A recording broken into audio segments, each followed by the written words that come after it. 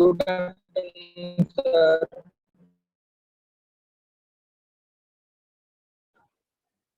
Good afternoon, beta. Good afternoon.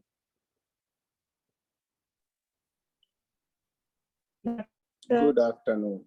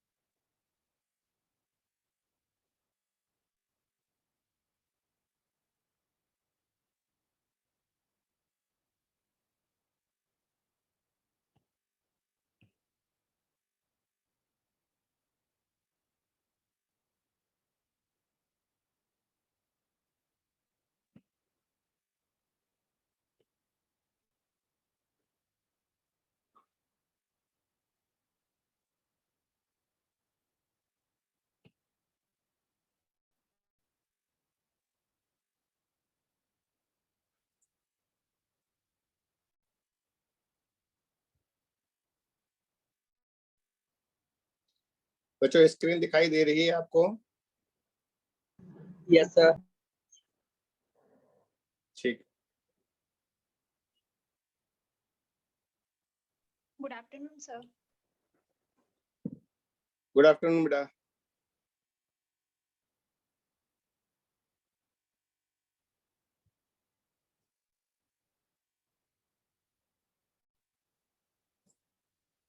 Good afternoon.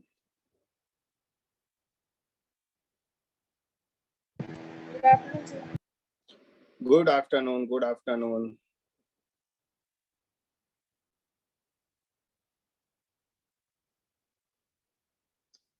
बच्चों आज हम लोग थर्मोडायनेमिक्स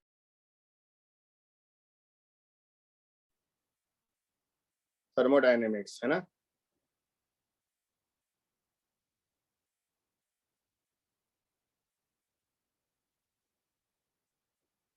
उष्मागतिकी.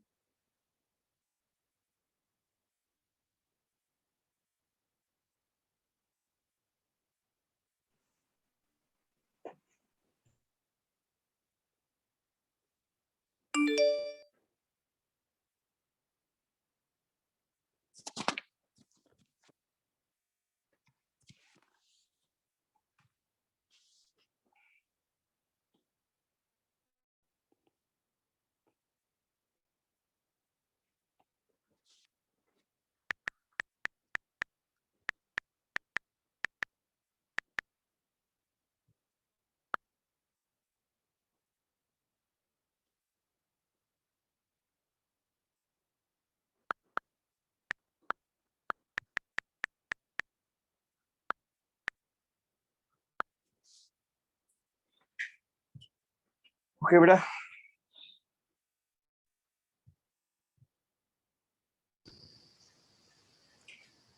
देखिए उष्मागतिकी क्या होता है. हम लोग इस चैप्टर में हीट यानी कि उष्मा और टेम्परेचर को डिस्कस करते हैं और एक और चीज को डिस्कस करते हैं, inter conversion of heat and other form of energy, यानी कि उष्मा का और ऊर्जा के अन्य जो प्रारूप होते हैं उसका आपस में रूपांतरण. कार्य उष्मा में बदलेगा, उष्मा कार्य में बदलेगा, गतिज ऊर्जा में बदलेगी उष्मा, इस तरह से. तो एक लाइन ये लिख लो आप.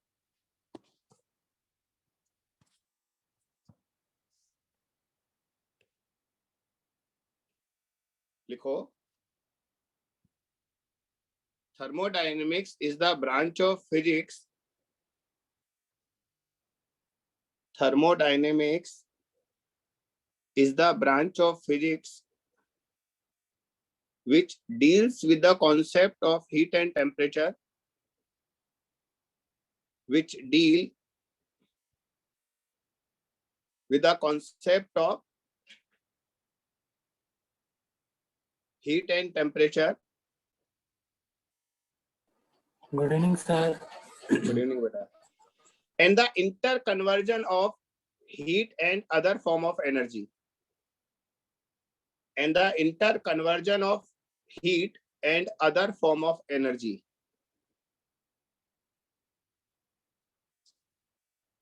Interconversion of heat and other form of energy.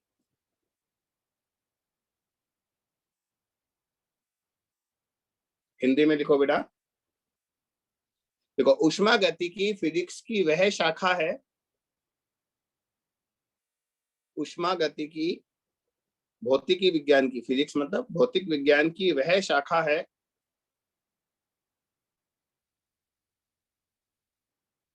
जहां हम ऊष्मा तथा तापमान, जहां हम ऊष्मा तथा तापमान और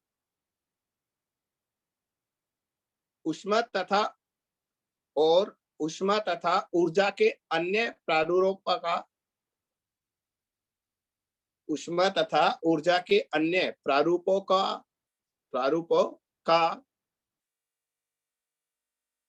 रूपांतरण का अध्ययन करते हैं, रूपांतरण का अध्ययन करते हैं।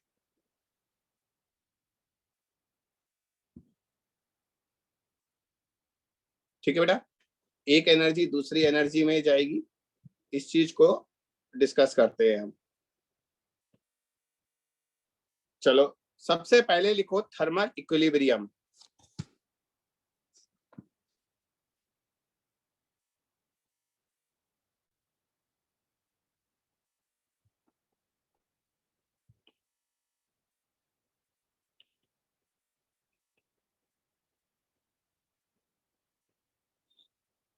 सबसे पहले क्या लिखेंगे बेटा?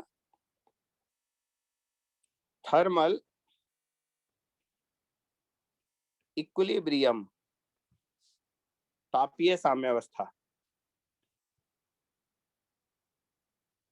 अब यार आप में से कोई मुझे बताओ, तापीय साम्यावस्था क्या होता है बेटा? बोलो। Sir, a thermodynamic system is said to be thermal equilibrium when macroscopic variable like pressure, volume, temperature, that characteristic the system do not change. No, कुछ ज्यादा हो गया। नहीं बेटा, बहुत सिंपल सी डेफिनेशन है। और कोई बताओ। Sir, two systems in When thermal macroscopic each other when they have variables- same temperature.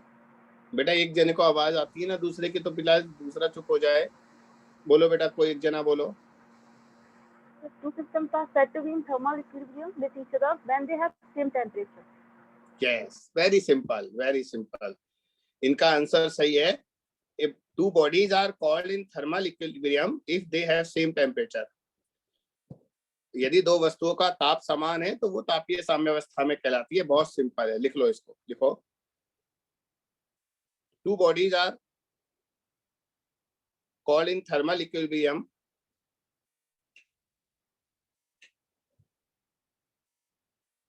two bodies are called in thermal equilibrium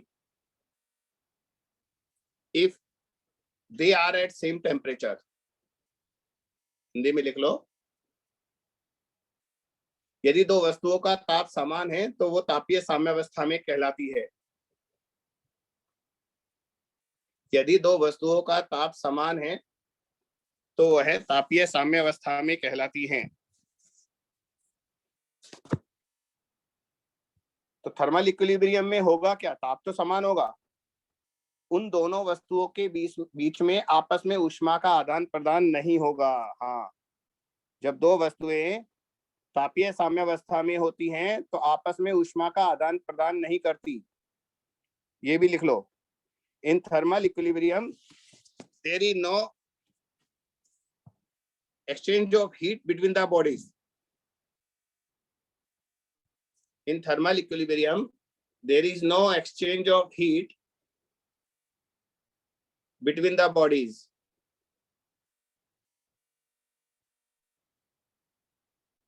ठीक है,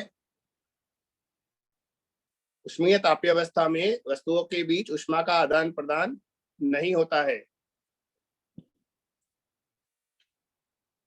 अब बच्चों बताओ, थर्मोडायनेमिक सिस्टम क्या होता है? थर्मोडायनेमिक सिस्टम यानी कि ऊष्मागतिक निकाय, बताइए।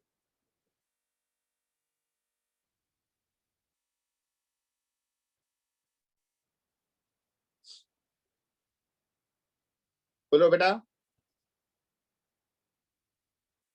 ऊष्मागतिक निकाय किसे कहते हैं?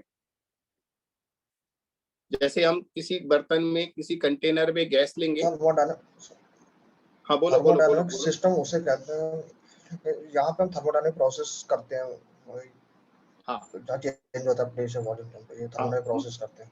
सिस्टम एक बाउंड्री होता है बेटा, कंटेनर भी हो सकता है, boundary उसके है, अंदर हम गैस लेंगे और गैस को प्रोसेस करेंगे, हीट देंगे, टेम्परेचर, वॉल्यूम, प्रेशर, इन सबको डिस्कस करेंगे। ठीक है, वो बाउंड्री, वो कंटेनर जो है वो थर्मोडायनेमिक सिस्टम कहलाता है बेटा। ठीक है, लिखो अगला, ऊष्मागतिक निकाय। थोड़ा थोड़ा है बेटा, डेफिनेशंस लिख लो। ऊष्मागतिक निकाय, थर्मोडायनेमिक सिस्टम, देखो।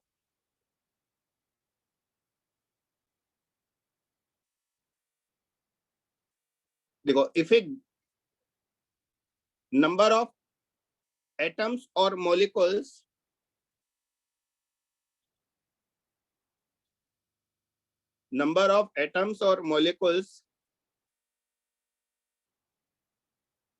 confined मतलब bounded within certain boundaries,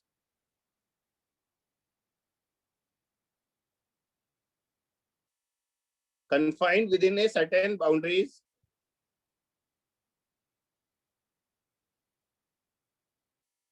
such that it has a certain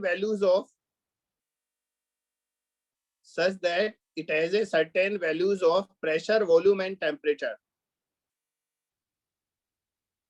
Such that it has a certain values of pressure, volume and temperature. Hindi में लिख लो बेटा, ऊष्मागतिक निकाय अणु या परमाणुओं का एक संग्रह होता है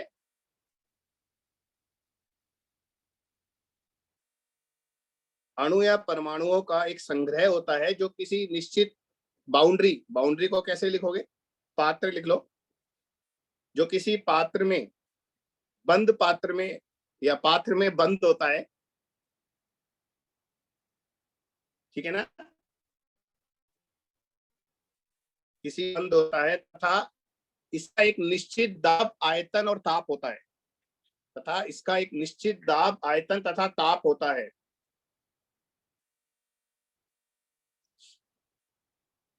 तो बच्चा, हम लोग एक बाउंड्री बना लेंगे, हम एक कंटेनर ले लेंगे,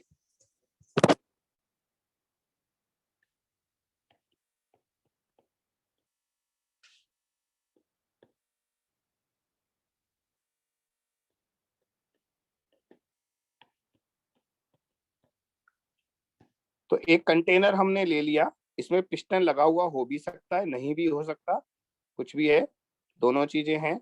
इसमें गैस भर दी साहब, तो ये आपका थर्मोडायनेमिक सिस्टम हो गया। बच्चों, इसमें पिस्टन हो भी सकता था, लेकिन गैस को बाहर, क्लोज सिस्टम में गैस बाहर नहीं आती। और इस थर्मोडायनेमिक सिस्टम के बाहर का जो होता है वो सराउंडिंग कहलाता है। इस सिस्टम के बाहर, आउटसाइड जो भी है वो सराउंडिंग कहलाता है, एनवायरनमेंट कहलाता है, कुछ भी कह लो।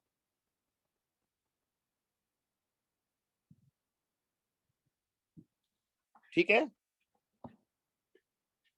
इस सिस्टम के बाहर जो भी होता है, anything outside the thermodynamic system is called surrounding. ऊष्मागतिक निकाय के बाहर जो होता है उसे क्या, सराउंडिंग को हिंदी में क्या बोलते हैं बेटा? परिवेश। परिवेश, हाँ, उसे परिवेश कहते हैं।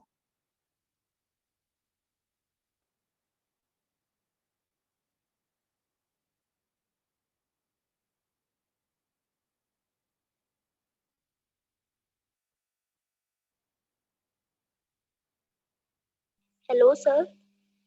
हाँ बेटा, बोलो बोलो। सर वो चेक करी थी शायद। बेटा एक होता है ओपन सिस्टम, दूसरा होता है क्लोज सिस्टम।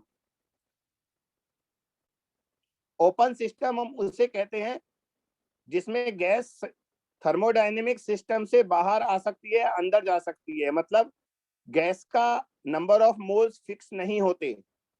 क्लोज सिस्टम हम उसमें उसे कहते हैं जहां पर गैस जो है वो थर्मोडायनेमिक सिस्टम यानी कि पात्र से ना बाहर आ सकती है ना अंदर जा सकती है, यानी कि उसमें नंबर ऑफ मोल्स फिक्स होते हैं, कांस्टेंट होते हैं। लिख लो, देखो open system,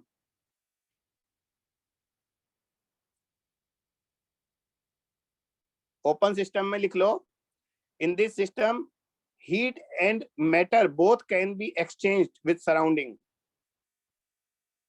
Open system, heat and matter, matter मतलब द्रव्य, द्रव्य, heat and matter both can be exchanged with surrounding.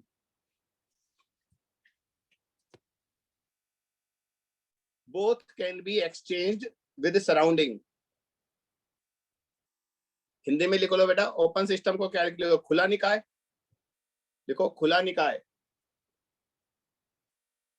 लिखो इसमें ऊष्मा तथा गैस का परिवेश के साथ आदान प्रदान संभव है या होता है।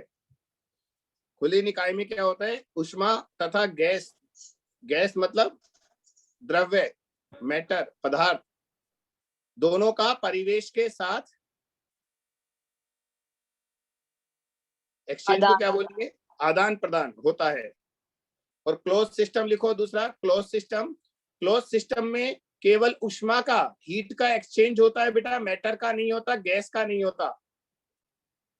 अपने आप लिख लो यार, मैं लैंग्वेज बना बना कर लिखवाऊंगा तो ऐसा लगेगा इंग्लिश की क्लास चल रही है। क्लोज सिस्टम में only heat can be exchanged, not matter. केवल ऊष्मा का आदान प्रदान होता है परिवेश के साथ, पदार्थ का नहीं होता। यानी कि क्लोज सिस्टम में नंबर ऑफ मोल्स जो होते हैं बेटा वो कांस्टेंट होते हैं। क्लोज्ड सिस्टम में नंबर ऑफ मोल्स जो होते हैं वो कांस्टेंट होते हैं बेटा, ओपन सिस्टम में नहीं होते। ठीक है, तो ये हो गया बेटा थर्मोडायनेमिक सिस्टम। ठीक है, अब कुछ और चीजें हैं, जैसे एक होता है थर्मोडायनेमिक वेरिएबल्स, कुछ लोग कुछ जगह इसको थर्मोडायनेमिक कोऑर्डिनेट्स भी बोलते हैं। उष्मागतिक वेरिएबल्स को क्या बोलेंगे, जो बदलता रहता है। आप अच्छा सा नाम बताओ जो किताबों में लिखा होता है। वेरिएबल्स क्या होता है बेटा, सुनाई नहीं दिया। परिवर्तनशील बोलेंगे क्या? सर परिवर्तन बोलेंगे ना। उष्मागतिक परिवर्तनशील नहीं, अच्छा नहीं है। दूसरा नाम क्या बोला, वेरिएबल्स को हिंदी में नहीं बताओगे, मुझे याद नहीं आ रहा। सर गूगल कर लेते हैं ना। कर लो, करो। परिवर्तनशील ही दिखा रहा है गूगल में भी। हाँ तो वेरिएबल लिख लो, क्या फर्क पड़ रहा है। तो बेटा प्रेशर, वॉल्यूम एंड टेम्परेचर, या ऐसे करो आप हिंदी में ये लिखो उष्मागतिक निर्देशांक। हाँ ये लिखो उष्मागतिक निर्देशांक, थर्मोडायनेमिक कोऑर्डिनेट्स लिखो आप, हाँ वो ज्यादा अच्छा है। बेटा प्रेशर, वॉल्यूम एंड टेम्परेचर, ये जो तीन पैरामीटर्स होते हैं ये थर्मोडायनेमिक कोऑर्डिनेट्स भी कहलाते हैं। लिख लो, दाब, आयतन तथा ताप को थर्मोडायनेमिक उष्मागतिक निर्देशांक कहते हैं। सर दाब, आयतन और पीवीटी, तीन ही चीजें बेटा, दाब, आयतन और ताप। हाँ इस चैप्टर सर, में तीन ही चीजें। साउंड अटक रही है ना मेरे में। अटक गया था, खींचकर उसको निकाल ले, अटक गया तो कहीं। हाँ आ गया आ गया आ गया, ठीक है। एक होता है थर्मोडायनेमिक प्रोसेस, प्रोसेस को क्या बोलेंगे बेटा, प्रक्रम। प्रक्रम, प्रक्रम। आज पता नहीं थोड़ी हिंदी में तकलीफ हो रही है मुझे। लिखो थर्मोडायनेमिक प्रोसेस, मतलब लिखना क्या है सुन लो यार। उष्मागतिक प्रक्रम, बेटा क्या होता है, हमारे पास कोई गैस है, एक सिस्टम है, उस सिस्टम को हमने हीट दी या उसको वर्क किया, तो वो एक स्टेट से दूसरी स्टेट में जाता है। स्टेट क्या होता है, थर्मोडायनेमिक स्टेट क्या होता है? अरे इस बार हिंदी में पूछी, इस बार मतलब पूछा है, इस बार मतलब पूछा है बेटा।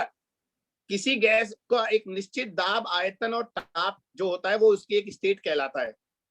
आपको किसी सर गैस का जैसे दाब कि पता है क्या बेटा? सॉरी सर, सर वो सॉलिड लिक्विड गैस के बारे में बोल रही है। नहीं नहीं नहीं नहीं नहीं, वो नहीं है, वो नहीं है, ना ना। किसी गैस का, कोई गैस है आपके पास, आपने उसका प्रेशर बता दिया, वॉल्यूम बता दिया, टेम्परेचर बता दिया, तो वो एक थर्मोडायनेमिक स्टेट हो गया। अब आप इस गैस को उष्मा दोगे या किस पर कार्य करोगे तो उसका दाब, आयतन और ताप बदलेंगे, तो वो दूसरे थर्मोडायनेमिक स्टेट में जाएगा बेटा, दूसरी अवस्था में जाएगा। तो एक अवस्था से दूसरी अवस्था में जाते समय कौन सा प्रक्रम है, ये हमें थर्मोडायनेमिक प्रोसेस कहलाता है। हो सकता है नियत आयतन पर हम लेकर जा रहे हो दूसरी अवस्था में, हो सकता है नियत दाब पर हम लेकर जा रहे हो। इनके नाम आपको पता होंगे। नियत आयतन पर जब प्रोसेस होता है तो उसे आइसोकोरिक प्रोसेस कहते हैं, सम आयतनी प्रक्रम। Yes, sir. अगर दाब नियत हो तो उसे, प्रेशर कांस्टेंट हो तो उस प्रोसेस का नाम क्या होता है बताओ? समदाबीय आइसोबारिक। समदाबी, आइसोबारिक प्रोसेस। टेम्परेचर कांस्टेंट होता है तो उस प्रोसेस का नाम क्या होता है? समतापीय। Isothermal. आइसोथर्मल प्रोसेस, समतापीय प्रक्रम। यस, इस तरह से। तो बच्चों जब भी किसी गैस को एक स्टेट से दूसरे स्टेट ले जाते हैं तो हम किस मेथड से ले जाते हैं, उस मेथड को हम थर्मोडायनेमिक प्रोसेस कहते हैं। लिखने के चक्कर में ज्यादा मत पढ़ो, सुन लो, समझ लो और एक बार इसको अपने दिमाग में डालो। ठीक है बेटा, ये सब चीजें हो गई। एक बार दोबारा रिपीट कर रहा हूं सब चीजों को। तो बच्चों जहां फिजिक्स की वो ब्रांच जहां टेम्परेचर और हीट को डिस्कस करते हैं, एनर्जी का कन्वर्जन डिस्कस करते हैं, वो थर्मोडायनेमिक्स कहलाता है। बेसिकली उष्मा का और बाकी हीट के जो बाकी फॉर्म होते हैं ना, जैसे वर्क हो गया, इनको मैकेनिकल एनर्जी, यांत्रिक ऊर्जा हो गई, उसका उष्मा में परिवर्तन, ये थर्मोडायनेमिक्स कहलाता है। थर्मोडायनेमिक सिस्टम एक बंद पात्र होता है, खुला भी हो सकता है, जिसमें हम गैस भर देते हैं, उसे थर्मोडायनेमिक सिस्टम कहते हैं। और उसके बाहर वाली चीजें सराउंडिंग होती है, परिवेश। ओपन सिस्टम, अगर गैस का आदान प्रदान कर सकते हैं बाहर सराउंडिंग से तो वो ओपन सिस्टम है। क्लोज सिस्टम में गैस का आदान प्रदान नहीं होता। बच्चों हम लोग क्लोज सिस्टम को ही डिस्कस करेंगे मैक्सिमम 99%। उसके बाद है थर्मोडायनेमिक कोऑर्डिनेट्स, यानी कि पीवीटी को बोलते हैं। थर्मोडायनेमिक प्रोसेस एक ऐसा मेथड जो गैस को एक स्टेट से दूसरे स्टेट तक लेकर जाता है। तो ये मैंने आपको फटाफट बोल दिया। अब लिखो सबसे पहले, ये मान लो ये पहला टॉपिक है, जीरोथ लॉ ऑफ थर्मोडायनेमिक्स। ये है तो ये भी बच्चा सा टॉपिक। उष्मागतिकी का शून्यांक नियम, उष्मागतिकी का शून्यांकीय नियम, zeroth law of thermodynamics.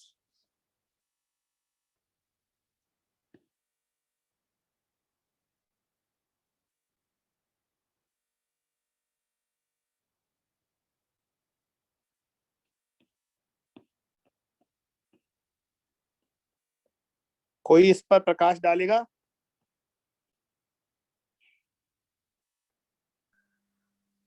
Sir मैं बोलूं? बिल्कुल बोलो बेटा, कोई मनाही नहीं है, हम खुश होते हैं, बोलो। Sir, when thermodynamic systems are separately in thermal equilibrium with third thermodynamic system, then the system are in thermal equilibrium with each other. थोड़ा सा क्लियर नहीं है लेकिन मैं समझ गया, है ना। बच्चों के लिए मैं क्लियर कर दूं बेटा, अगर हमारे पास दो सिस्टम है या दो बॉडी हैं ए और बी, तो अगर ए और बी किसी थर्ड बॉडी सी के साथ थर्मल इक्विलिब्रियम में है, मतलब ए सी के साथ उष्मीय साम्यावस्था में है और बी भी सी के साथ उष्मीय साम्यावस्था में है, तो ए और बी भी आपस में उष्मीय साम्यावस्था में होंगे। तो if body A is in thermal equilibrium with C and body B is also in thermal equilibrium with C, then A and B will be in thermal equilibrium. Understood है बेटा? ए का और सी का टेम्परेचर बराबर है, बी का और सी का टेम्परेचर बराबर है, तो बेटा ए और बी का टेम्परेचर भी तो बराबर होगा. This is called zeroth law of thermodynamics. मुझे बड़ा अजीब सा लग रहा है ना कि हम जीरोथ लॉ पढ़ रहे हैं, शून्यांकी नियम. क्यों भाई? गिनती तो एक से शुरू होती है, जीरो से तो नहीं होती. तो इसको जीरोथ लॉ क्यों बोला बताओ? सर क्योंकि थर्मोडायनेमिक में डिफरेंस जो है वो जीरो है, या हीट एक्सचेंज या ऐसे क्या क्या क्या क्या बोला? क्या मतलब सर बोला? उसमें इक्विलिब्रियम है ना, सब तो सब जीरो है उसमें, इसीलिए होगा. ऐसा कुछ ये अजीब सा लॉजिक है. लॉजिक नहीं है, मतलब एक स्टोरी कह लो, इसके पीछे कहानी है. सर शायद फर्स्ट लॉ के बाद ये सर डिस्कवरी. हाँ हाँ हाँ हाँ हाँ हाँ हाँ. एक बार ये पहले जो बच्चा बोल रहा था, ये बोलना क्या बोल रहा था? सर फर्स्ट लॉ के बाद बना था, इसलिए इसको जीरो कर दिए. फर्स्ट लॉ के बाद तो सेकंड बनेगा क्या? सेकंड बनता ना. नहीं तो नहीं. हाँ सही कह रहा है, सही कह रहा है, लेकिन पूरी बात मैं कर दूं. एक्चुअली क्या है, ये पहले फर्स्ट लॉ ऑफ थर्मोडायनेमिक्स वास्तव में आ गया था, उसके बाद ये आया, तो इसको सेकंड लॉ बोलना चाहिए था. पर बच्चों ये इतना बेसिक लॉ है जो सिर्फ टेम्परेचर की बात कर रहा है, तो इसको सेकंड नंबर पर डालना बड़ा अजीब सा लगता. आप समझो, जैसे कई बार नहीं होते, आपने गिनती लिखना शुरू कर दिया, फिर आपको लगा ये तो पहले होना चाहिए था, तो इसलिए इसका नाम बाद में जीरोथ लॉ दे दिया.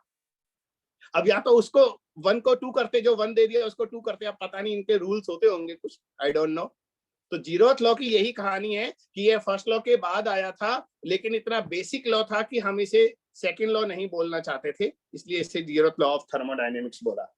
तो बच्चों लिख लो वो जो अभी हमने बोला था, लिखो. यदि वस्तु A और B तीसरी वस्तु C के साथ ऊष्मीय साम्यावस्था में है, तो A और B आपस में भी ऊष्मीय साम्यावस्था में होंगी. इतनी सी बात अपने आप लिख लो आप, है ना? इंग्लिश में भी ऐसे ही मैं एकदम से बोलूंगा.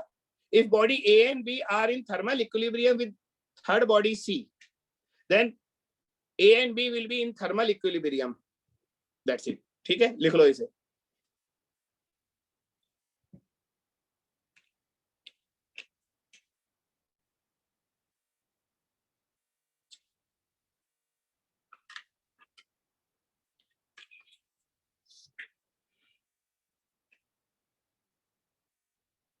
Yes sir.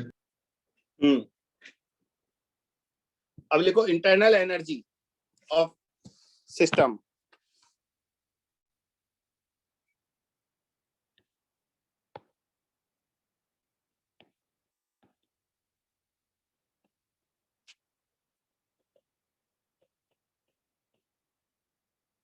सिस्टम लिख दो या गैस लिख दो, मैं गैस लिख देता हूं. बच्चों अभी हमने पिछले चैप्टर में पढ़ा था ना, केटीसी में, अगर हम थर्मोडायनेमिक सिस्टम को आदर्श आइडियल गैस मानते हैं, अगर हम थर्मोडायनेमिक सिस्टम में एक आदर्श गैस लेते हैं, तो एक आइडियल गैस की जो इंटरनल एनर्जी होती है वो सिर्फ अणुओं की, मॉलिक्यूल्स की काइनेटिक एनर्जी होती है बेटा. और एक फार्मूला लिखाया था मैंने, गैस की कुल गतिज ऊर्जा का फार्मूला याद करो, क्या था? सर वो हाफ F/2 kT वाला. वो एक अणु की था. पूरी अच्छा. गैस की कुल गतिज ऊर्जा क्या थी? कल ही करवाया है मैंने, कल ही करवाया है. सर यूके प्लस यूपी वाला बोल रहे हैं? नहीं बाबा, F/2 kT. F/2 nRT. हाँ ये आई ना बात.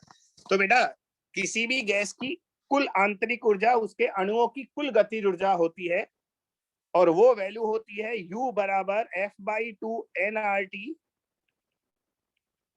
और बच्चों आप याद करो F/2 RCV होता था, तो इसे हम लिखेंगे NCV डेल्टा T. और ये इस चैप्टर का एक इंपॉर्टेंट फॉर्मूला है, मैं बता दूं. लिखो लिखो.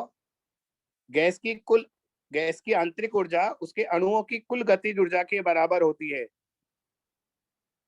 गैस की आंतरिक ऊर्जा उसके अणुओं की कुल गतिज ऊर्जा के बराबर होती है. देखो, internal energy of gas is equal to total kinetic energy of gas molecules. Internal energy of gas is equal to total kinetic energy of gas molecules. ये फार्मूला लिख लो बेटा, ये फार्मूला लिखो।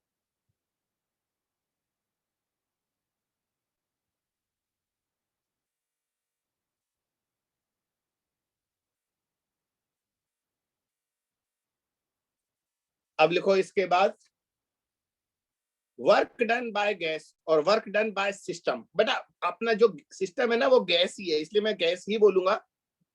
वर्क डन बाय सिस्टम या work done by gas है ना। देखो निकाय द्वारा किया गया कार्य या गैस द्वारा किया गया कार्य।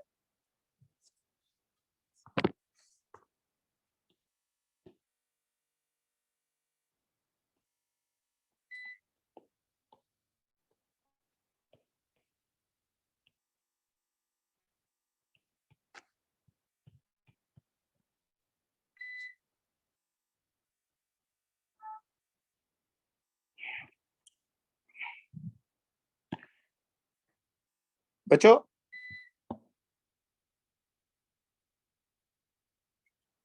एक कंटेनर, एक बर्तन लेते हैं, ये वैसा ही डायग्राम है जो मैंने पिछली बार बनाया था, और इसमें एक पिस्टन लगा दिया हमने।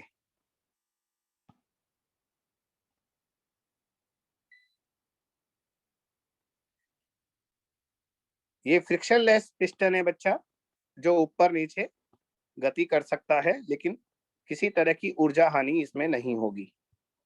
निकाय में अंदर हमने गैस भर दी। बच्चों मैं डायरेक्ट फार्मूला भी लिखा सकता था, पर मैं चाहता हूँ थोड़ा एक्सप्लेन करूं ताकि कोई कंफ्यूजन ना रहे। और अब मान लो आप निकाय को ऊष्मा दे रहे हो, सपोज, चूंकि ये पिस्टन फ्लेक्सिबल है, तो ये पिस्टन ऊपर नीचे गति कर सकता है। तो ये मान लो आप ऊष्मा दोगे, गैस को हीट दोगे, तो पिस्टन तो ऊपर उठेगा, क्योंकि हीट देने पर अंदर का प्रेशर थोड़ा बढ़ता है ना। प्रेशर बढ़ने से पिस्टन ऊपर उठता है। अब मान लो ये पिस्टन आपका उठकर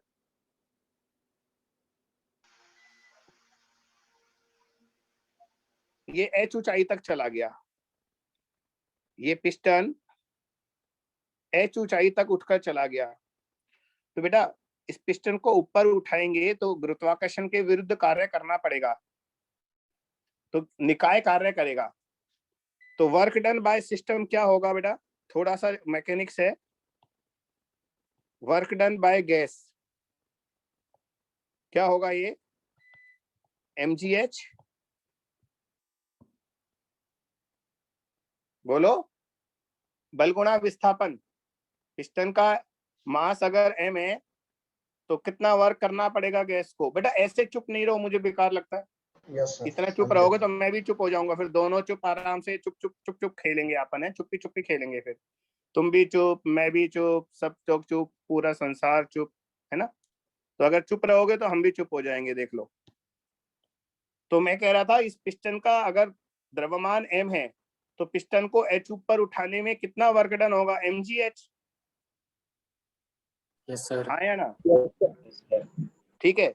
तो बच्चों इसको हम ऐसे भी तो लिख सकते हैं। अब ये तो h थोड़ा ज्यादा हो गया, अगर मान लो ये डिस्प्लेसमेंट बहुत छोटा होता तो हम वर्क डन को W is equal to F into dx भी तो लिख सकते थे।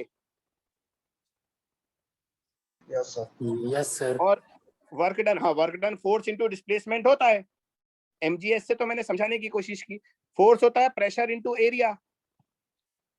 फोर्स क्या होता है, बल बराबर दाब गुणा क्षेत्रफल। Yes sir.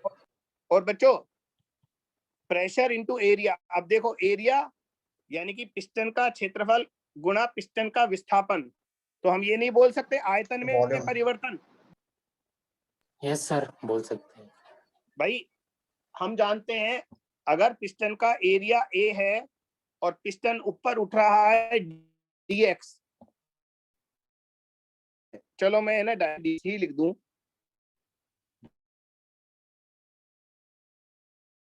आयतन में वृद्धि होगी, किसका आएगा,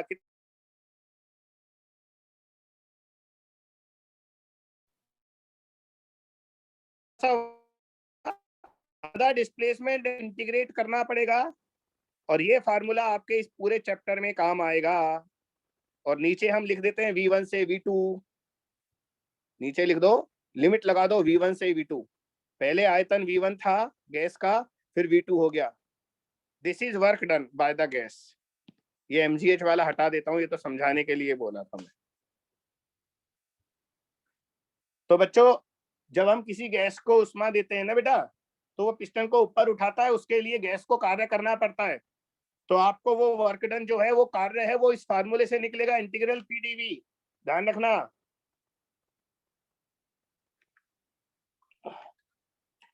और फिजिक्स में बहुत जगह आपने ये भी देखा होगा, जो भी कोई समाकलन होता है, तो अगर यहाँ पर हम P और V में ग्राफ बनाएं, सपोज करो हम किसी गैस को एक अवस्था से दूसरी अवस्था तक ले जा रहे हैं, कोई भी प्रोसेस है, मान लो कोई भी प्रक्रम है, ये कोई प्रक्रम बना दिया मैंने, दोबारा बनाता हूं, ये कोई प्रोसेस है। तो बच्चों अगर हम V1 आयतन से V2 आयतन तक कार्य निकालना चाहें, V1 से ले लो, यहां पर V1 आयतन था, ये V2 आयतन है, तो ये कार्य पता है क्या होगा? एरिया इसका इस sir graph area under curve.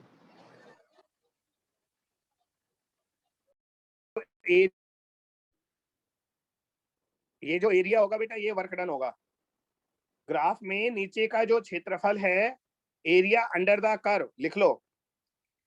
PV graph में ग्राफ के नीचे का क्षेत्रफल निकाय द्वारा किए गए कार्य के बराबर होता है। In PV diagram area under the curve is equal to work done by the system.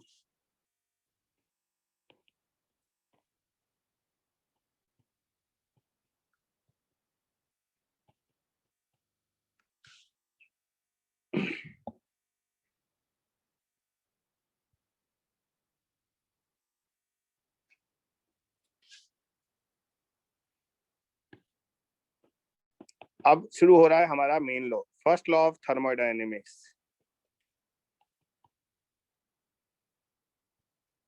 तो अगर आप में से कोई बोलेगा तो ज्यादा अच्छा लगेगा, एक बार बोलकर बता दो बेटा।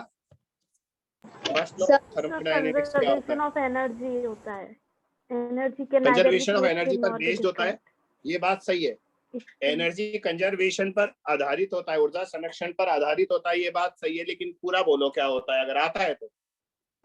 Sir, energy can neither be created nor be destroyed. It can only be transferred from one form to another form.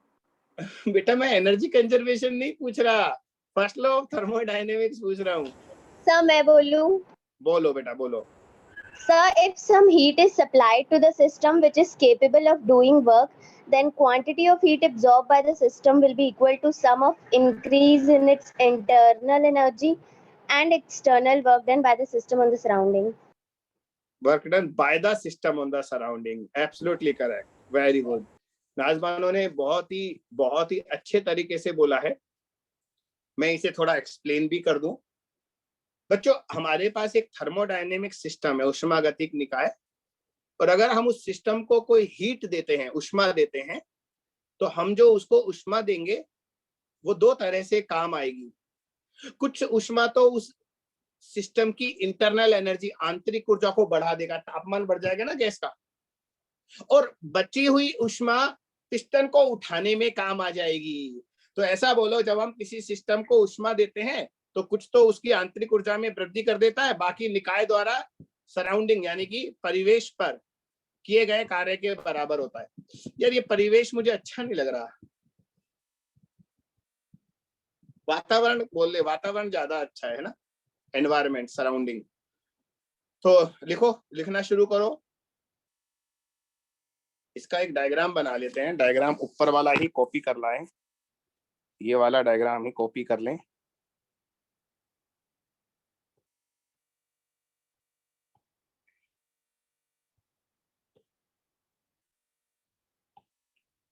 इसमें से dx हटा देते हैं, विस्थापन ये हटा दें ना, बस एरो लगा देते हैं कि भैया पिस्टन ऊपर जाएगा। तो जो हम उष्मा देंगे किसी निकाय को, वो कुछ तो उसकी आंतरिक ऊर्जा में वृद्धि कर देगा और बाकी कार्य करने में खर्च हो जाएगा। ठीक है, लिखो, हिंदी में लिख लो पहले। किसी भी उष्मागतिक निकाय को दी गई ऊष्मा, किसी भी उष्मागतिक निकाय को दी गई ऊष्मा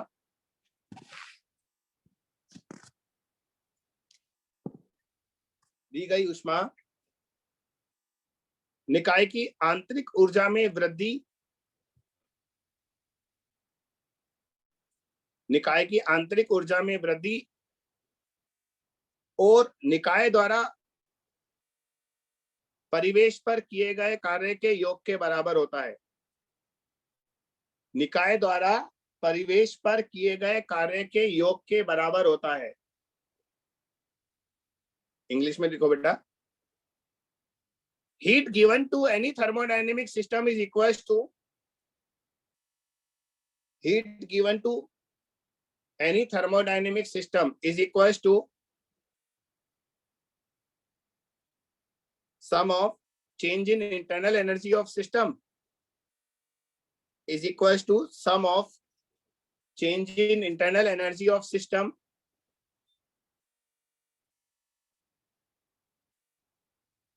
change in internal energy of the system and work done by the system on the surrounding.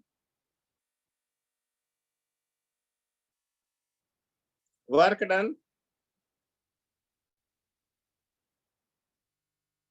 by the system on the surrounding.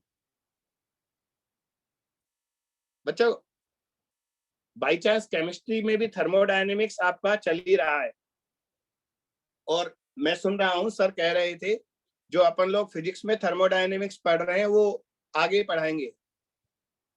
तो एक मैं चेंज बता दूं, आप कंफ्यूज नहीं होना बच्चों। हम लोग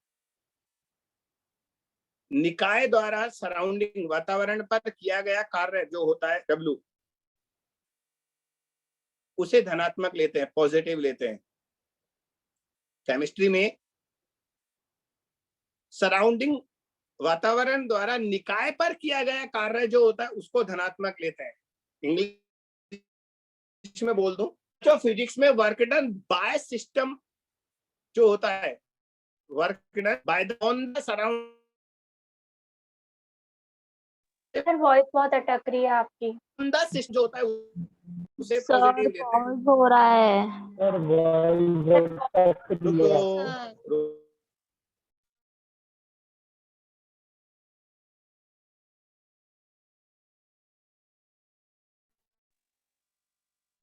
टाइम से हो रहा है क्या? मुझे लगा कि मेरा नेटवर्क में इशू है। नहीं हो रहा था पहले भी। बच्चों अब शायद ठीक आ रही होगी आवाज, मैंने नेटवर्क बदल लिया। Yes sir. तो एक बार फिर बोल दूं बच्चों, फिजिक्स में work done by the system on the surrounding positive होता है। केमिस्ट्री में work done by the surrounding on the system positive होता है बस। और केमिस्ट्री में फर्स्ट लॉ ऑफ थर्मोडायनेमिक्स में W आप राइट साइड में नहीं लेफ्ट साइड में लिखोगे, वहां लिखोगे delta Q plus W is equal to delta U। बात तो वही रही बेटा, W का साइन चेंज करके दूसरी तरफ ले गए, उससे हमारा लॉ थोड़ी ना बदल गया, लिखने का तरीका बदला है बस। आप बताओ मेरी बात समझ में आई या नहीं आई? Yes sir. यस तो सर। याद रखना, फिजिक्स वाला फिजिक्स में, केमिस्ट्री वाला केमिस्ट्री में, फिजिक्स वाला केमिस्ट्री में और केमिस्ट्री वाला फिजिक्स में मत कर देना। चलो लिखो साइन कन्वेंशन, चिन्ह परिपाटी। बेटा डेल्टा Q पॉजिटिव होता है जब, बताओ अब आप बोलते रहो, चुपचाप नहीं बैठोगे, बिल्कुल अच्छा नहीं लगता चुप बैठ जाते हो। डेल्टा Q पॉजिटिव कब लेते हैं? जब हीट को सिस्टम को देते हैं।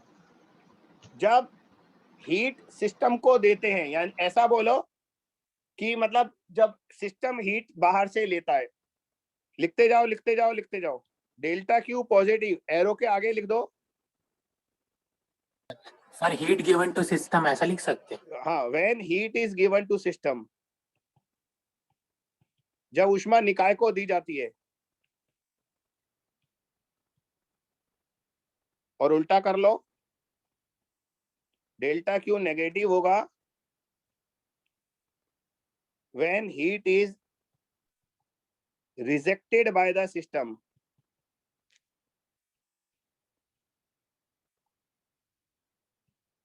हिंदी में क्या लिखोगे, पॉजिटिव के लिखोगे जब निकाय को ऊष्मा दी जाती है, और नेगेटिव में क्या लिखोगे, जब निकाय से ऊष्मा ली जाती है।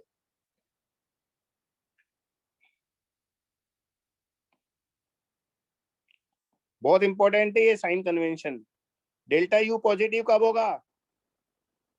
वर्क बाय दिस एनर्जी बढ़ेगी, टेम्परेचर नहीं, बढ़ेगा। When temperature of gas is increased, T बढ़ता है। यदि निकाय का तापमान बढ़ रहा है तो डेल्टा यू पॉजिटिव है बेटा, और यदि टेम्परेचर डिक्रीज हो रहा है, टेम्परेचर यदि डिक्रीज हो रहा है, कम हो रहा है, तो डेल्टा यू नेगेटिव होगा। और डब्ल्यू के बारे में मैंने अभी अभी बताया ही था, डब्ल्यू पॉजिटिव कब होगा? Quantum bye the system. जब वॉल्यूम बढ़ रहा है। शॉर्ट में याद रखो, आयतन बढ़ेगा तो यानी कि निकाय वातावरण को, work is done by the system on the surrounding, लिखना चाहो तो पूरा लिख लो। When work is done by the system on the surrounding, जब निकाय परिवेश पर कार्य करता है तो डब्ल्यू पॉजिटिव लेते हैं। When work is done by the system on surrounding, और लास्ट डब्ल्यू नेगेटिव होगा जब आयतन घटेगा गैस का, गैस को कंप्रेस करेंगे, इसको बोलते हैं एक्सपेंड, एक्सपेंशन। गैस अगर एक्सपेंड हो रही है तो वॉल्यूम बढ़ेगा, डब्ल्यू पॉजिटिव होगा, और गैस अगर कंप्रेस हो रही है तो वॉल्यूम घटेगा, डब्ल्यू नेगेटिव होगा। तो नेगेटिव वर्क डन को कब बोलेंगे? When work is done by the system, bye the surrounding on the system, जब परिवेश द्वारा निकाय पर कार्य किया जाता है, जब परिवेश द्वारा निकाय पर कार्य किया जाता है।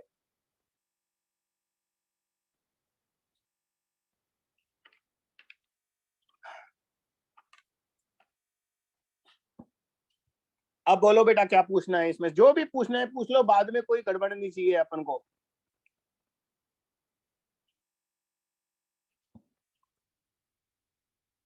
और एक लाइन अगर अलग से ऐड कर लो जो उस बच्ची ने शुरू में बोली थी, first law of thermodynamics is based on energy conservation. First law of thermodynamics is based on energy conservation.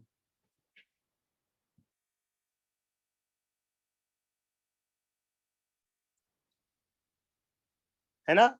उष्मागतिकी का प्रथम नियम ऊर्जा संरक्षण के नियम पर आधारित है। उष्मागतिकी का प्रथम नियम ऊर्जा संरक्षण नियम पर आधारित है।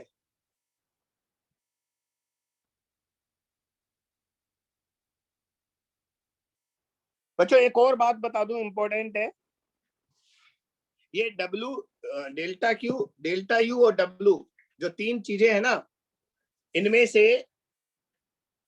डब्ल्यू और डेल्टा क्यू, ये दोनों प्रोसेस पर डिपेंड करते हैं कि हम थर्मोडायनेमिक सिस्टम को एक स्टेट से दूसरे स्टेट तक कौन से प्रोसेस से ले गए हैं। लेकिन जो डेल्टा यू है, डेल्टा यू, वो सिर्फ इनिशियल और फाइनल स्टेट पर डिपेंड करता है, पाथ पर डिपेंड नहीं करता, प्रोसेस पर डिपेंड नहीं करता। ये लाइन भी लिखना चाहो तो लिख लो, लिख लो। डेल्टा क्यू तथा डब्ल्यू, डेल्टा क्यू तथा डब्ल्यू प्रक्रम पर निर्भर करते हैं, जबकि डेल्टा यू केवल प्रारंभिक तथा अंतिम अवस्था पर निर्भर करता है।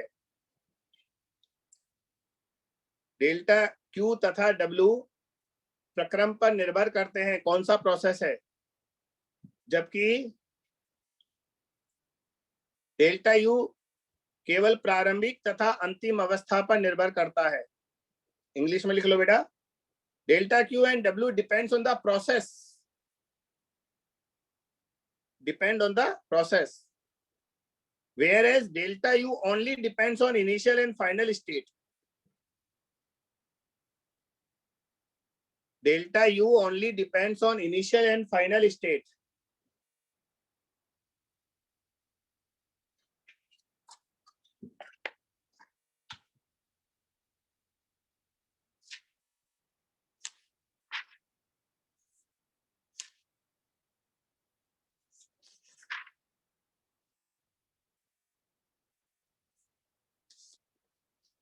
चलो बच्चों, अब बारी आती है अलग अलग थर्मोडायनेमिक सिस्टम को डिस्कस करने, सॉरी सिस्टम नहीं, अलग अलग थर्मोडायनेमिक प्रोसेसेस को डिस्कस करने की। लिखो, different thermodynamic processes,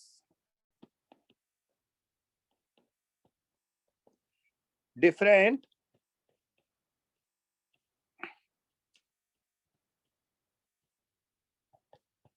thermodynamic processes, विभिन्न उष्मागतिक प्रक्रम। नंबर 1,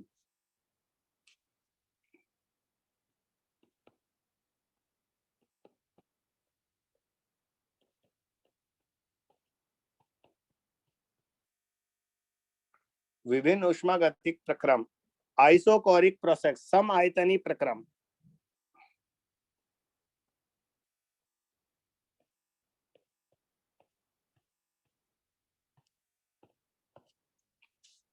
बच्चों, इसका नाम ही बता रहा है, यदि हम किसी बंद पात्र में गैस को प्रोसेस करते हैं, बंद पात्र का मतलब उसका आयतन नियत है, उसमें कोई पिस्टन नहीं लग रहा, और पिस्टन अगर लगा भी है तो पिस्टन फिक्स है, हिल नहीं सकता। तो बंद पात्र में यदि हम किसी गैस को प्रक्रम करते हैं, उसको उष्मा देते हैं, तो वो समायतनी प्रक्रम कहलाता है, यानी कि V बराबर कांस्टेंट। बच्चों,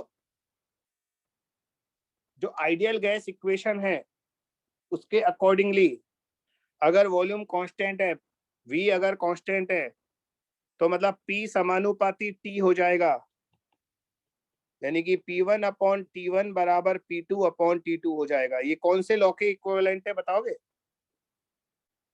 आइसोकोरिक प्रोसेस कौन से लॉ के इक्विवेलेंट है? हमने वो लिखा था ना, Boyle's law, Charles law, Gay-Lussac law, उनमें से कौन से किसके बराबर है ये? हाँ, गैलुसेक लॉ। लिखना नहीं है, मैं तो ऐसे ही पूछ रहा था।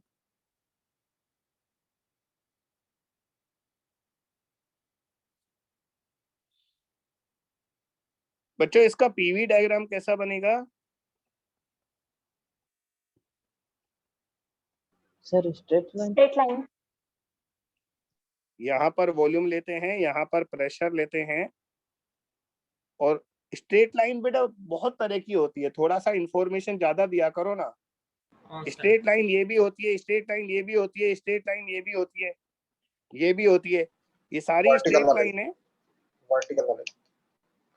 तो यहाँ पर स्ट्रेट लाइन ये वाली आएगी। अरे कांस्टेंट है ना वॉल्यूम, आयतन नियत होगा। अच्छा, इसका स्लोप कितना है?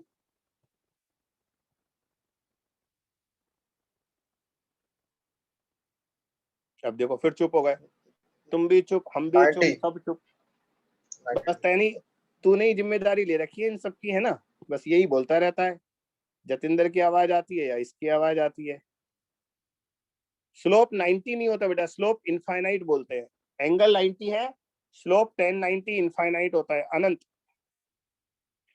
बेटा चूंकि यहाँ पर है ना कांस्टेंट वॉल्यूम है, तो गैस का वर्क डन 0 आएगा। नहीं समझे? अरे या तो आयतन बढ़ता या आयतन घटता तो कार्य होता ना, तो W 0 आएगा।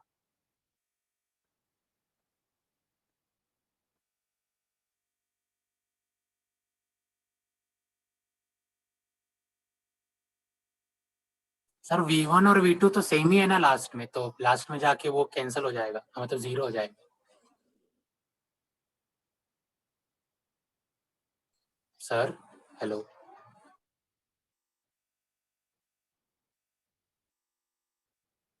तुम लोगों को भी खलबली हो जाती है ना, मैं थोड़ी देर नहीं बोलूं तो तुम एकदम चुप होकर बैठ जाते हो, तो हमको कितना बुरा लगता होगा, सोचो।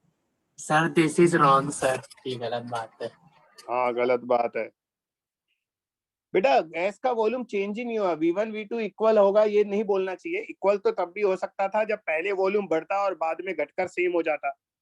हम कहेंगे वॉल्यूम चेंज ही नहीं हो रहा, पिस्टन ऊपर ही नहीं उठ रहा, तो वर्क डन किस पर करेंगे बेटा? वर्क डन तो पिस्टन को उठाने में करते हैं ना, तो इसलिए Yes, वर्क sir. डन 0 आएगा। यस, और चूंकि यहाँ पर वर्क डन 0 है, इसलिए फर्स्ट लॉ ऑफ थर्मोडायनेमिक्स के अकॉर्डिंगली ये FLOT क्या लिखा है मैंने? First law of First law first law of thermodynamics. उसके अकॉर्डिंगली हम जो हीट देंगे वो सारा डेल्टा यू के बराबर हो जाएगा, क्योंकि W तो 0 है बेटा, और delta U NCV delta T होता है। ये लो, तो ये लिखते जाओ। फर्स्ट लॉ ऑफ थर्मोडायनेमिक्स के मुताबिक हम जो ऊष्मा देंगे वो डेल्टा यू के बराबर होगा, क्योंकि W 0 है और delta U NCV delta T होता है। तो यहाँ भी delta U NCV delta T हो जाएगा।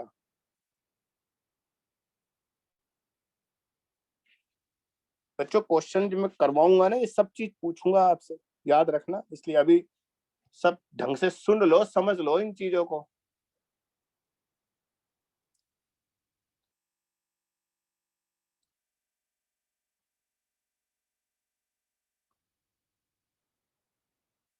हाँ जी, Yes. हो गया। अब दूसरा लिखो।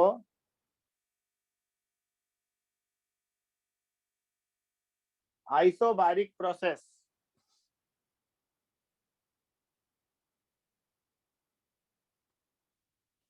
इसको भी येलो येलो कर देते हैं। ओ, ये क्या हो गया?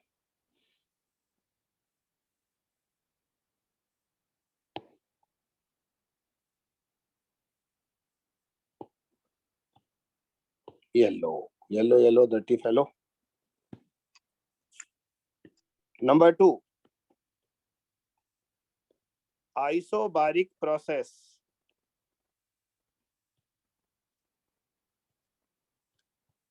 समदाबी प्रक्रम। बच्चों इसका भी नाम बता रहा है कि हम प्रोसेस को, प्रक्रम को, गैस को एक अवस्था से दूसरी अवस्था तक जब ले जाएंगे तो दाब नियत रहेगा।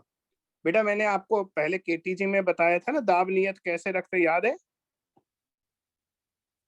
शुरू में बताया था, शुरू में कांस्टेंट प्रेशर कैसे मेंटेन करते हैं, बताओ। तुम नहीं बोलोगे तो मैं फिर चुप हो जाऊंगा। तुम भी चुप, हम भी चुप, सब चुप फ्रिक्शनलेस पुले के द्वारा है बेटा। मैंने बताया था ना, फ्रिक्शनलेस पिस्टन लगाकर। हाँ, क्योंकि उसका mg नियत होता है, दाब नियत होगा। तो इसी तरह से करते हैं। P अगर कांस्टेंट है तो V समानुपाती T हो जाएगा, यानी कि V1/T1 बराबर V2/T2 हो जाएगा बच्चा। ये कौन से लॉ के बराबर है? Charles law. Correct, Charles law के बराबर है, बिल्कुल सही। इसका PV डायग्राम कैसे आएगा?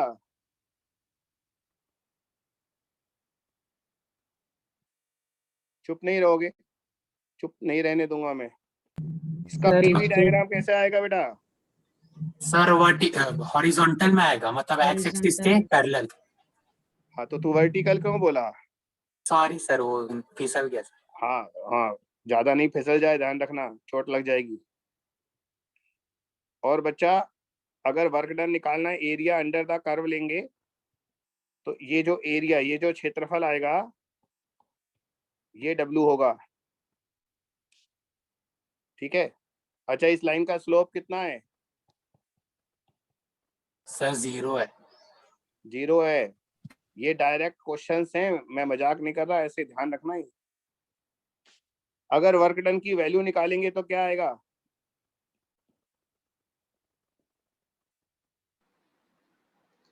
Sir P V2 minus V1।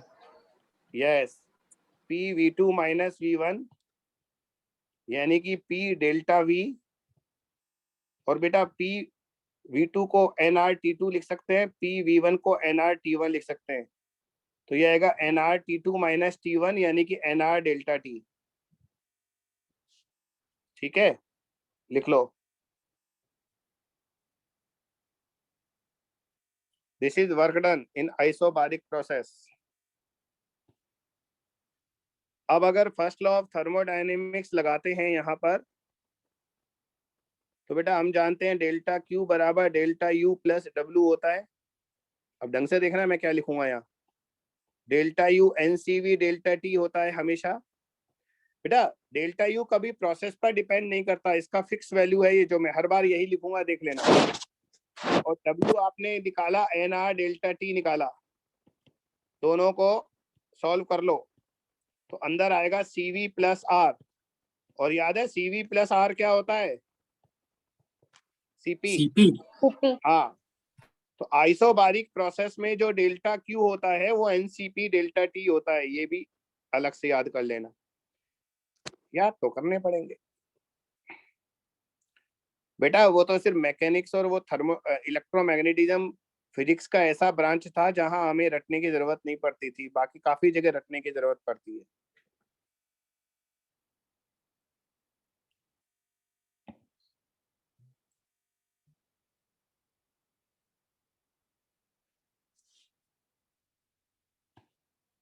Next number 3, isothermal process. Hindi में समतापी। समतापी प्रक्रम। तो बच्चों इसका नाम ही बता रहा है, यहाँ पर टेम्परेचर कांस्टेंट है, यानी कि गैस को प्रसारित या संपीड़ित करते समय उसका ताप नहीं बदलेगा, यानी कि पीवी बराबर कांस्टेंट हो गया, यानी कि P1 V1 बराबर P2 V2 हो गया।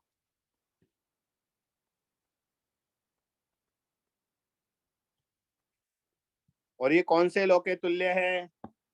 Boyle's law. Boyle's law. ये बॉयल्स लॉ के तुल्य है। इसका पीवी डायग्राम कैसा आएगा? स्टेटमेंट और हाइपरबोला। हाइपरबोला किसी ने लिखा हाइपरबोला, कौन? मनीष ने लिखा, हाँ बिल्कुल सही है। इसका पीवी डायग्राम अति परवलय आएगा इस तरह का। लिख लो, इसका नाम क्या है? हाइपरबोला। कौन बोला? हाइपरबोला। हाइपरबोला। हम बोल रहे हैं हम। हाँ सभी ने बोला था सर वैसे। बच्चा इसका स्लोप निकालने में बहुत सारी गणित लगती है, इसलिए मैं आपको सीधे याद कराऊंगा। इसका स्लोप निकालने में डिफरेंशिएशन करना पड़ेगा पीवी बराबर कांस्टेंट को। तो आप डायरेक्ट लिख लो, अभी कोई इतनी मैथमेटिक्स लगाने की जरूरत नहीं है। अगर आप में से किसी को आता है अंतिम परिणाम तो बता दो, फाइनल रिजल्ट अगर किसी को आता है तो बता दो। -P/V। हाँ, वैसे स्लोप dp/dv होता है, सॉल्व करने पर -p/v आएगा। वेरी गुड, सही रिजल्ट, एकदम परफेक्ट। लिख लो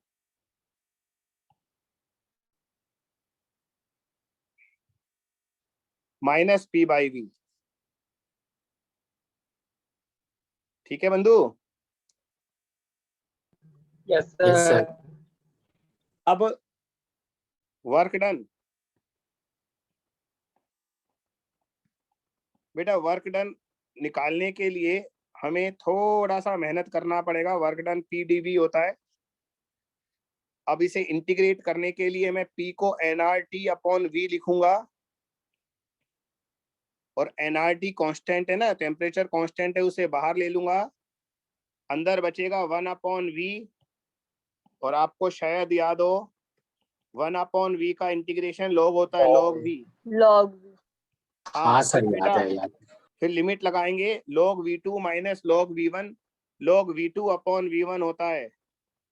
तो आप फार्मूला याद करो, ये आएगा nRT log v2/v1। बच्चों इसको हम ये भी लिख सकते हैं nRT log p1/p2, क्योंकि हम जानते हैं p1 v1 बराबर p2 v2 होता है, तो v2/v1 को p1/p2 भी लिख सकते हैं। और अच्छा एक और बात, बाहर जो nRT है उसको भी आप p1 v1 या p2 v2 लिख सकते हैं, ये भी ध्यान रखें, क्योंकि nRT भी तो p1 v1 या p2 v2 के बराबर है। अब आप इसे p2 v2 भी लिख सकते हैं बेटा। अब इतने सारे कोई रटने वटने की जरूरत नहीं है, बस वो तो मैं बताता जा रहा हूं आपको। मेन फार्मूला तो बस ऊपर वाला है, पहला वाला, तो मैं बॉक्स में तो सिर्फ इसी को डाल देता हूं, बाकी सब तो इसके कन्वर्जन है।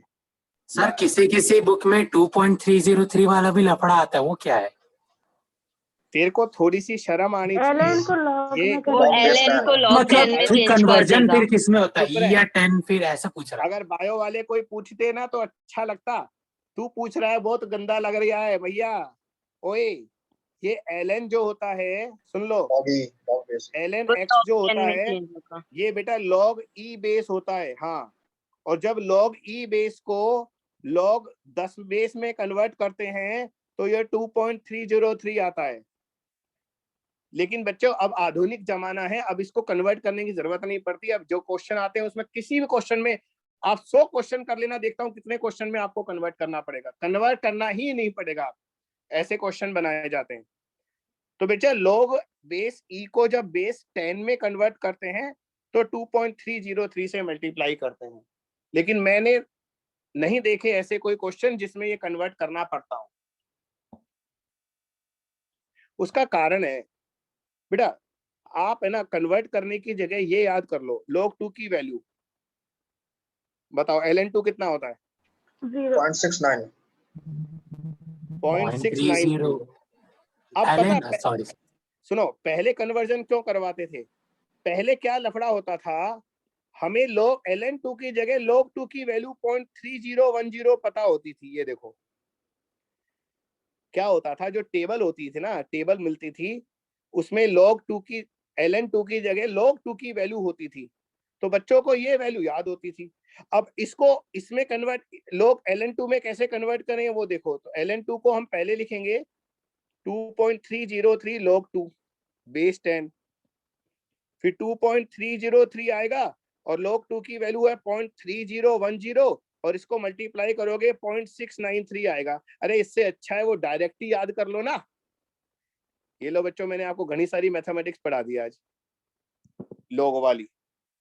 तो बच्चों 2.303 से मल्टीप्लाई करने से अच्छा है log ln2 और ln3 की वैल्यू याद कर लो, कॉर्डेक्स खत्म। वैसे बेटा आजकल ये वैल्यू दे देता है, इसलिए परेशान मत हो।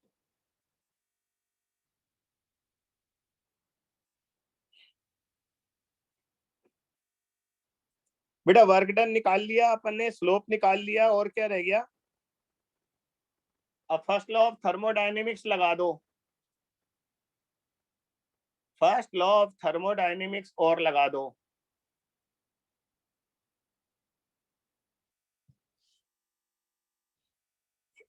तो इसमें फर्स्ट लॉ ऑफ थर्मोडायनेमिक्स लगाएंगे तो डेल्टा क्यू, अरे हाँ यार एक बहुत इंपॉर्टेंट बात, अभी रुक जाओ बच्चों, लिखो अलग से लिखो। In isothermal process delta U is 0।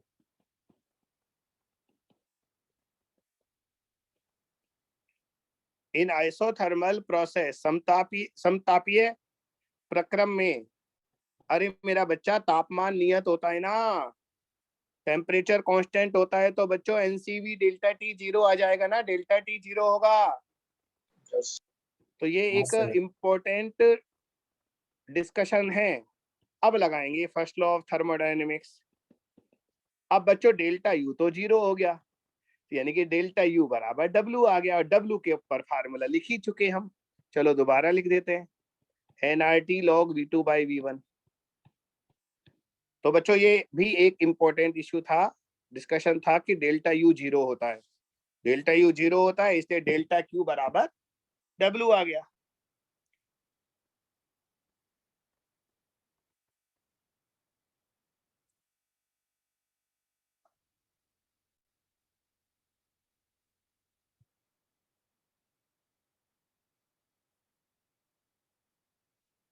बच्चों अगर मैं आपसे एक क्वेश्चन पूछूं छोटा सा, आइसोथर्मल प्रोसेस में जैसे है ना, अपन ने पिछले चैप्टर में देखा ना, एक तो सीपी होता है, एक सीवी होता है। सीपी क्या होता है बेटा बताओ, चुप नहीं रहना मोलर वरना हीट हम कैपेसिटी एट कांस्टेंट प्रेशर।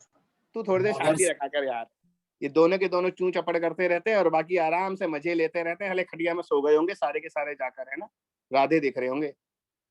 अच्छी मूवी नहीं है, मत देखना। मैं देख ली सर। बढ़िया नहीं बता रहे यार, फिजिक्स के अपोजिट से बता रहे। का फिजिक्स क्या अपोजिट है सर? तो याद करो सीपीसीवी क्या होता है बताओ। ये होता है कांस्टेंट प्रेशर पर, क्या बोलते हैं, नाम भूल गया यार मैंने, क्या बोलते थे विशिष्ट ऊष्मा, क्या बोलते थे? मोलर विशिष्ट ऊष्मा। हाँ, ये है molar specific heat at constant pressure, ये है molar specific heat at constant volume. ऐसे ही मुझे बताओ सीटी क्या होगा, molar specific heat at constant temperature. बताओ इसकी वैल्यू क्या आएगी। जैसे सीपी होता है 5/2 + 1 R, सीवी होता है, सॉरी 5/2 नहीं, F/2 R। उसी तरह सीटी की वैल्यू बताओ कितनी आएगी, बोलो बोलो। Molar specific heat at constant temperature क्या आएगा, molar specific heat at constant temperature, इसको सीटी नाम दे देते हैं। ओ भोले बच्चों बताओ, चुप और चुप्पी वाले बच्चों बोलो। 0 आएगा क्या? इन्फिनिटी आएगा अनंत, इनफाइनाइट। उसका कारण सुनो बेटा, हमारा जो C होता है उसकी डेफिनेशन ये होती है 1/n delta Q by delta T, याद है? Heat required to raise the temperature of 1 mole of gas by 1 degree centigrade. तो यहाँ पर डेल्टा T तो 0 है मेरे भैया, टेम्परेचर में कोई चेंज ही नहीं हो रहा। तो अगर डिनोमिनेटर 0 है तो C इनफाइनाइट आ जाएगा। ये अपने आप में एक पूरा क्वेश्चन है, ध्यान रखना बच्चों, ये अपने आप में एक क्वेश्चन है, मैंने आपको थ्योरी में बता दिया। तो molar specific heat at constant temperature is infinite. Definition के अकॉर्डिंग डेल्टा T 0 होगा, क्योंकि डेल्टा T 0 है इसलिए C इनफाइनाइट आएगा।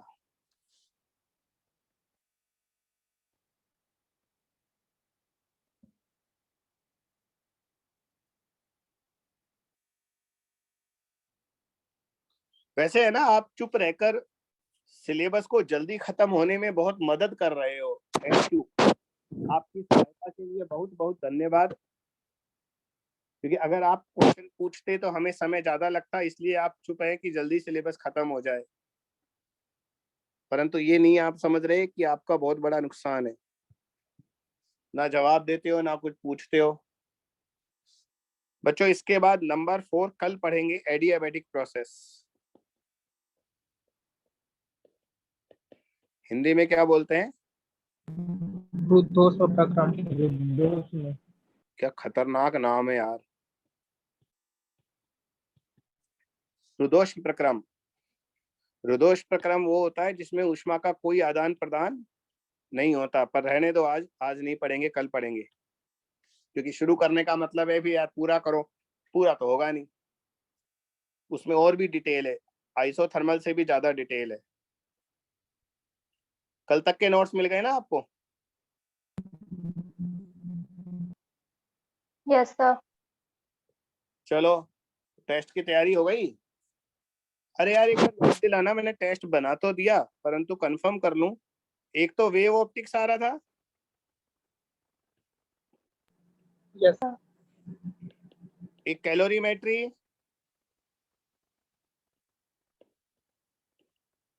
अब भी चुप, इसमें भी चुप है, यस बस चुप ही सर, रहना। आ रहा था। उसके बाद थर्मल एक्सपेंशन, ऊष्मीय प्रसार और केटीजी। और बता दो कुछ है तो इसके अलावा? नहीं सीखा।